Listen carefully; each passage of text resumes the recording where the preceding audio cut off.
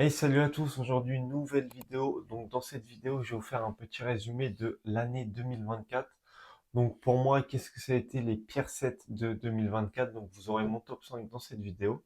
Ensuite, on enchaînera directement avec tous nos achats qu'on a fait dans l'année 2024.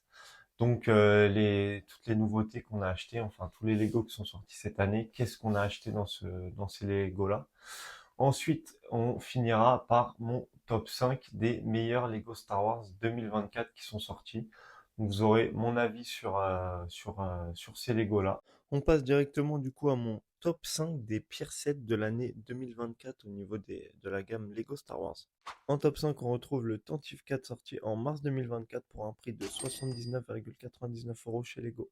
À la quatrième position, on retrouve le TIE Fighter et X-Wing à combiner sorti en août 2024 pour un prix de 109 €.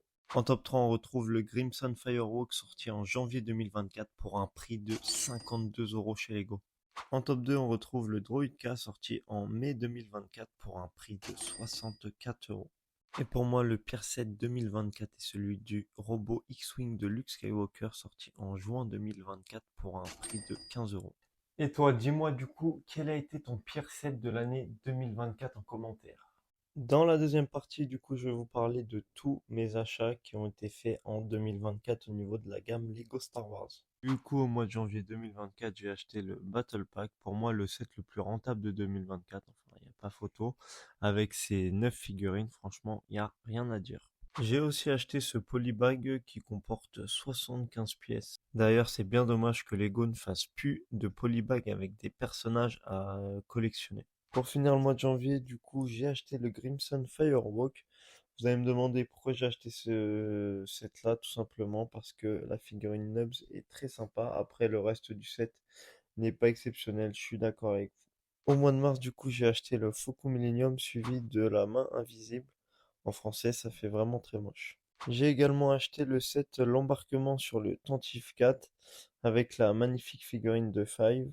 Et pour terminer le mois de mars, j'ai acheté le set de R2D2 suivi de sa figurine exclusive des 25 ans de Dark Malak. Pour le mois de mai, on commence avec la boîte L'évasion en Spiderbark, accompagnée du Jedi Kelleran-Beck. On enchaîne avec la course de Mosespa, un magnifique diorama qui recrée la course de Anakin Skywalker dans le désert. J'ai également la boîte du Droid K.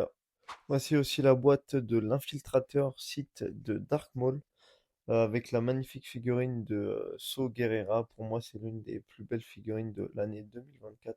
Et pour finir ce mois de mai, vous aviez le droit à un petit cadeau offert par Lego, pour une fois que c'est un cadeau plutôt potable. C'est le transporteur de troupes de la Fédération du Commerce. Pour le mois de juin, du coup, on commence avec le Microfighter du Capitaine Rex, la fameuse figurine tant attendue par tout le monde. On enchaîne avec la boîte du combat de Paz Vizsla contre Moff Gideon, suivi du Battle Pack de l'embuscade sur Mandalore.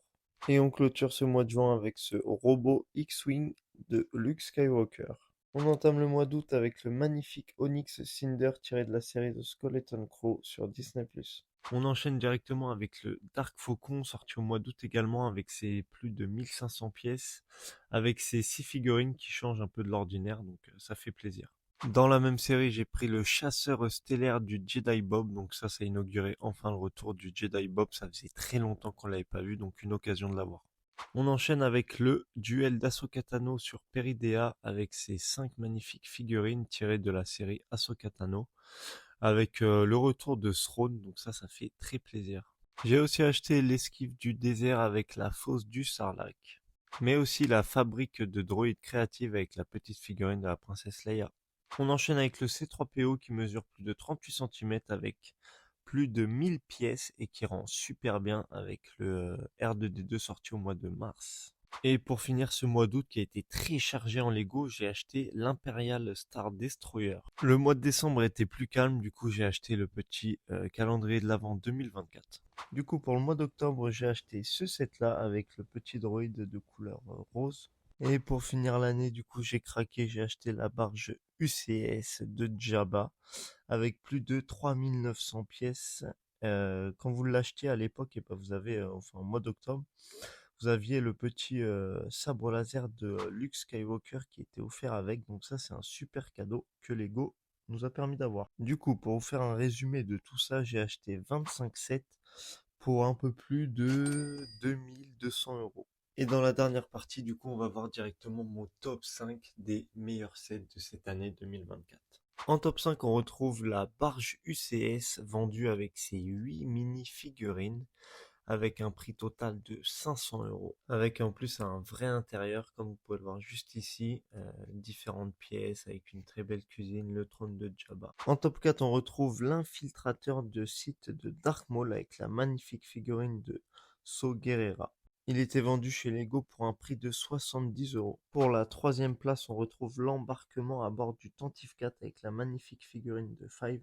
À la deuxième place, on retrouve du coup le duel d'Ahsoka Tano sur Peridea. Le set a quelques fonctionnalités, comme vous pouvez le voir, on peut bouger les plateformes histoire de simuler des duels entre les figurines. Et pour le top 1, du coup, pour moi, le meilleur set de l'année 2024 est le Battle Pack. On y retrouve 9 figurines et seulement pour 29 euros chez Lego. Et toi, du coup, dis-moi en commentaire qu'est-ce que tu as pensé de l'année 2024 et merci d'avoir regardé la vidéo et n'hésite pas à t'abonner. Ciao!